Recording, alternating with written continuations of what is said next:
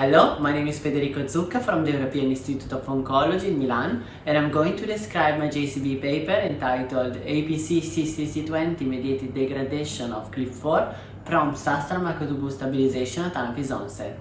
The paper deals with chromosome segregation, the process by which cells partition their genetic material.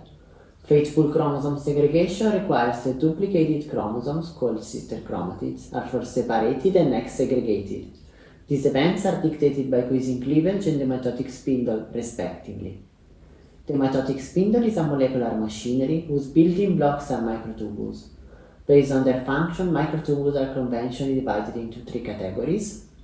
Focus of this paper are astral microtubules, the class of microtubules controlling spindle positioning. Besides chromosome segregation, spindle positioning is key for a variety of processes, including cell fate and tissue homeostasis. Yet, the regulation of astral microtubule remains elusive.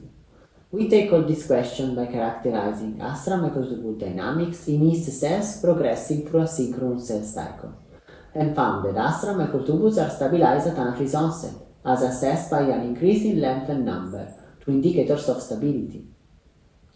We confirm this finding in cells arrested in metaphase and in anaphase, where we also scrutinize the dynamic properties of astral microtubules in live cells, like catastrophe and rescue rates.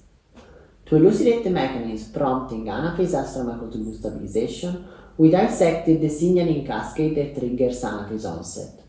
At the top of the cascade is the activation of the anaphase promoting complex CC20, a ubiquitin ligase that targets substrate for degradation.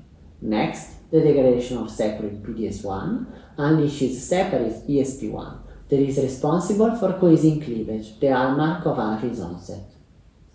To identify which molecular event is linked to astral microtubule stabilization, we used mutant detected in completing sequential steps of the cascade, and found that anaphase astral microtubule stabilization relies only on the activation of the APC, as cells impaired in the activity of the separase already carry stable astral microtubules.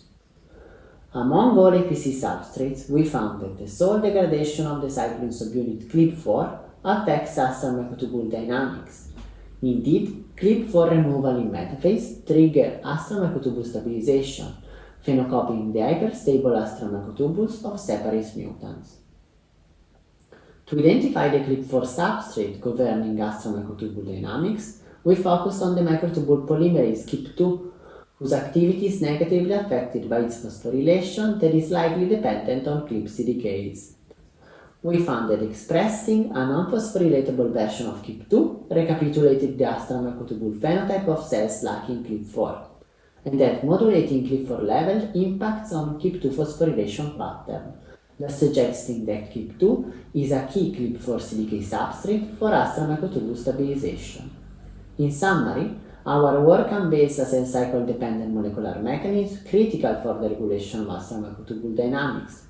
Central to this process are two conserved molecular machineries: the mitotic cyclin CLIP4, that by phosphorylating KIP2 destabilizes astral microtubules up to metaphase, a prerequisite for proper spindle orientation, and the APC-CCC20, that by mediating CLIP4 degradation triggers a cascade of events resulting in astral microtubule stabilization. A corollary of this work is highlighting the APC-CCC20 complex as a master choreographer of late mitotic events. And if you want to know more, check the paper. Thank you!